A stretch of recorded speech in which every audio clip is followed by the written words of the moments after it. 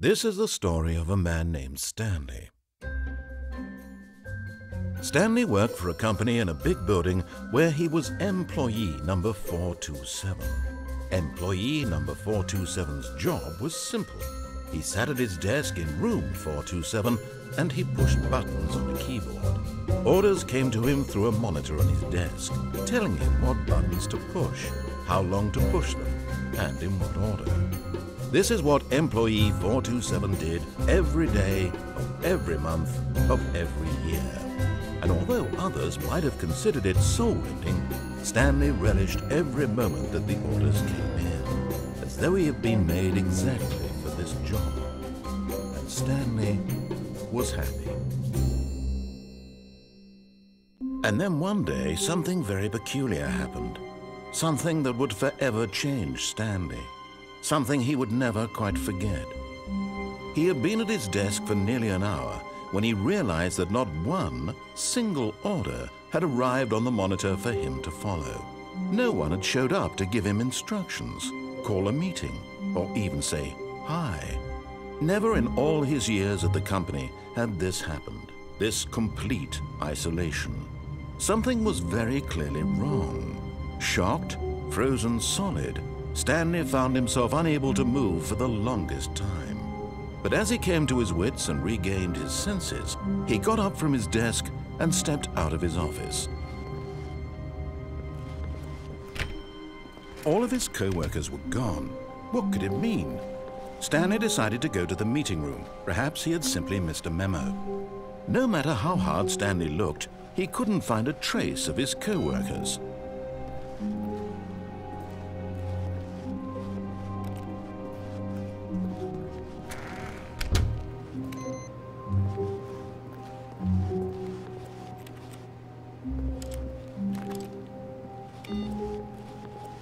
Stanley went around touching every little thing in the office, but it didn't make a single difference, nor did it advance the story in any way.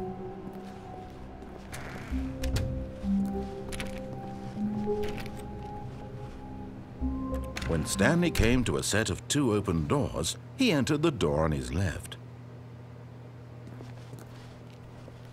This was not the correct way to the meeting room, and Stanley knew it perfectly well. Perhaps he wanted to stop by the employee lounge first, just to admire it.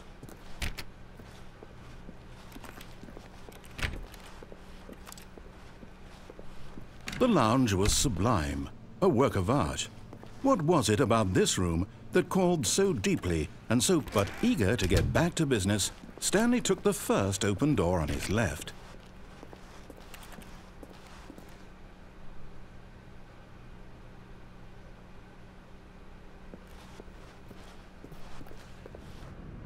Stanley was so bad at following directions, it's incredible he wasn't fired years ago.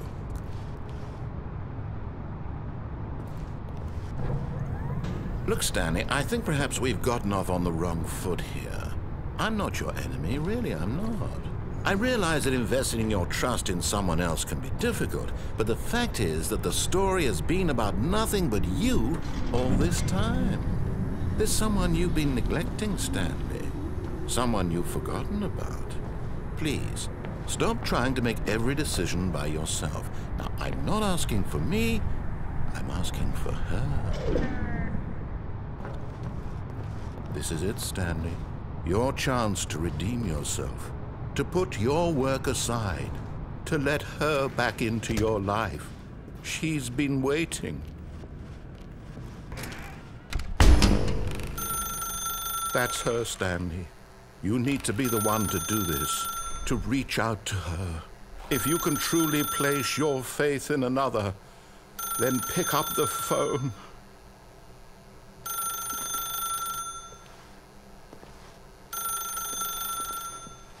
As Stanley picked up the phone, a white light engulfed him, filling him not just with radiance, but with hope. Hope for a life reunited one... Wait. Oh, goodness. Stanley, did you just unplug the phone? No, that wasn't supposed to be a choice. How did you do that? You actually chose incorrectly? I didn't even know that was possible. Let me double check. No, it's definitely here, clear as day. Stanley picks up the phone. He's taken to his apartment where he finds his wife, and the two pledge themselves to one another. Music comes in, fade to white, roll credits. Not picking up the phone is actually somehow an incorrect course of action. How is that even possible? None of these decisions were supposed to mean anything. I don't understand. How on earth are you making meaningful choices? What did you... Wait a second. Did I just see... No, that's not possible. I can't believe it. How had I not noticed it sooner? You're not Stanley. You're a real person. I can't believe I was so mistaken. This is why you've been able to make correct and incorrect choices. And to think I've been letting you run around in this game for so long. If you'd made any more wrong choices, you might have negated it entirely. It's as though you completely ignored even the most basic safety protocol for real-world decision-making. Or did you not grasp the severity of the situation? Well, I won't have that kind of risk on my watch. I'm going to stop the game for a moment so we can educate you properly on safe decision-making in the real world. Please observe this helpful instructional video. Choice. It's the best part of being a real person, but if used incorrectly can also be the most dangerous. For example, in this scenario, a hypothetical real person named Stephen has a choice. He could spend years helping improve the quality of life for citizens of impoverished third world nations. Or he could systematically set fire to every orphan living in a 30-kilometer radius of his house. Which choice would you make? Remember that unlike here, the real world makes sense, and at no time should you make a choice that does not conform to rational logic. If you find yourself speaking with a person who does not make sense, in all likelihood, that person is not real. Allow the person to finish their thought, then provide an excuse why you cannot continue talking. Turn to a partner and practice saying, "My goodness, is it 4:30? I'm supposed to be having a back, sack, and crack."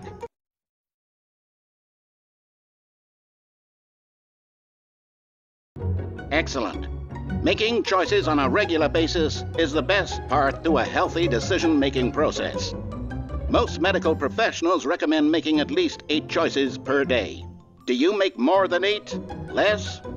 And finally, if you begin to wonder if your choices are actually meaningful and whether you'll ever make a significant contribution to the world, just remember that in the vast infiniteness of space, your thoughts and problems are materially insignificant, and the feeling should subside. At this time, your instructor will guide you in an exercise to test and reinforce the material covered in this video. Welcome back. You may have noticed that this room has begun to deteriorate as a result of narrative contradiction. But not to worry. Now that you're properly informed on good decision-making, we're going to revisit a choice you made just a few minutes ago and see what the correct thing to do would have been. This way, please.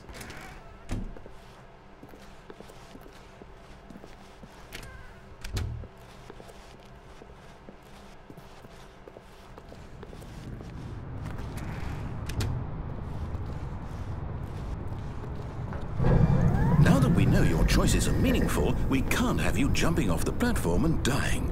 Imagine the main character dying senselessly halfway through the story. That story would make no sense at all. We just need to get you home as soon as possible before the narrative contradiction gets any worse. Unfortunately, it seems this place is not well equipped to deal with reality.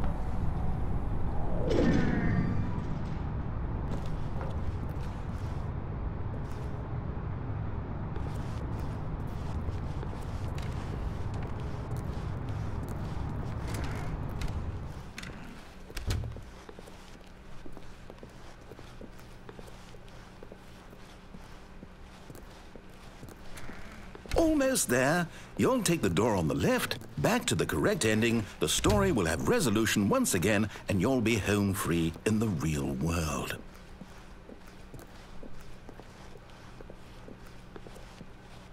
Now remember, all you need to do is behave exactly as Stanley would. That means choosing responsibly and always putting the story first. I'm quite sure you'll be up to the task. Just follow my lead and you'll be fine. All right.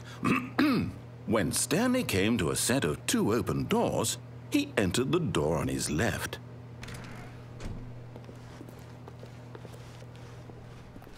No! Why did you do that? Quickly, hurry back in the other direction. Perhaps we're not too late.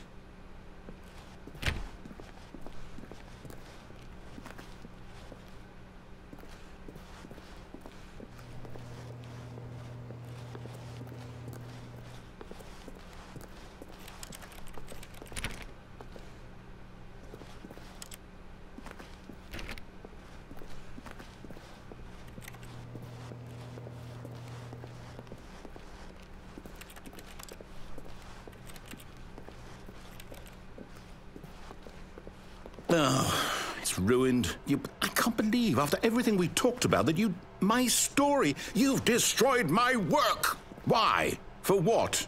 What did you get out of that? What did you think was so special about seeing the game undone, left here like so much garbage? It's worthless now. And what am I supposed to do? Even if there were a way to continue, would it be worth it? To know that my story is now incorrect? How can I go back to that? I can't erase that knowledge. I'll have to live with it forever, reliving its impossibility forever. I couldn't live that way. Is it better to shut the game down entirely? To willingly destroy all of my work? I don't know. What's the answer? What do I do? What do I do? What do I... No, I have to. I have to shut the game down. I have to. I have to.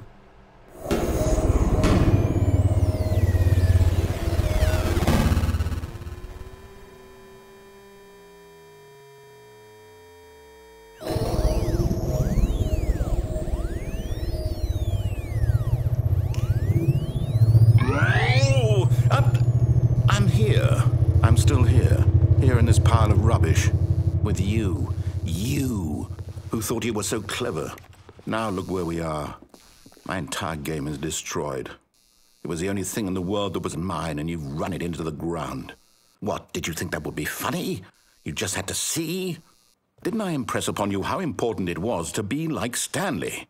He actually knows how to do what I tell him to. He understands that if I say to do something, there's a damn good reason for it. That thought hadn't even occurred to you, had it? That there's a world outside of you? You're a child. Oh, my story. If you'd just gone through the door on the left, you would have seen it. There was a whole underground facility. You would have destroyed it and been victorious. It would have been so perfect. I worked so hard on it. I tried so hard. Behave exactly as Stanley would. That means choosing responsibly and always putting the story first. I'm quite sure you'll be up to the task. Just follow my lead and you'll be fine. All right. When Stanley came to a set of 2 open doors, he entered the door on his left. No! Why did you do that? Quickly, hurry. Behave exactly as Stanley would. That means choosing responsibly and always putting the story first. I'm quite sure you'll be up to the task. Just follow my lead and you'll be fine. All right. When Stanley came to a set of 2 open doors, he entered the door on his left.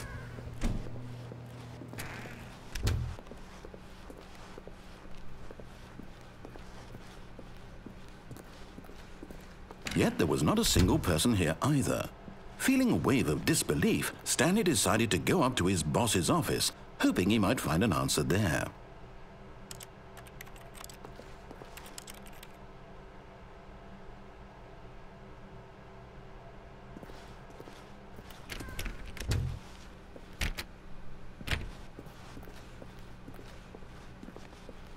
Coming to a staircase, Stanley walked upstairs to his boss's office.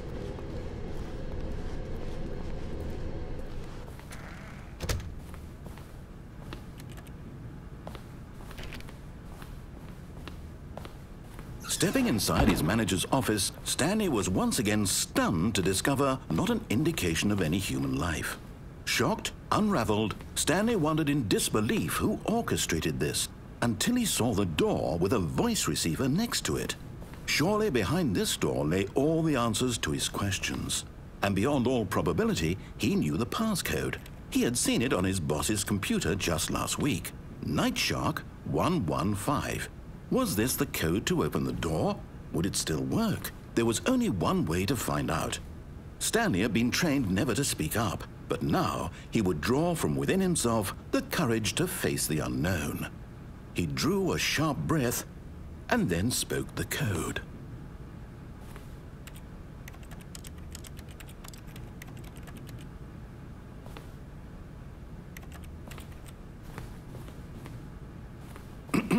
Stanley spoke the code. Night Shark 115. He spoke it into the receiver, right there on the wall.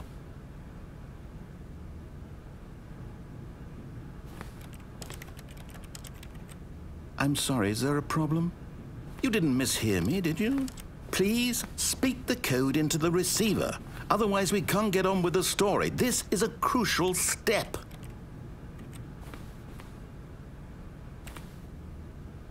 Okay, fine, you're not gonna do it, but you know what? It's pretty humiliating to bring you this far, only for you to suddenly decide you have better things to do. I asked you for this one single thing, for your respect. The kind of respect Stanley shows for his choices. He knows what it means to take a story seriously.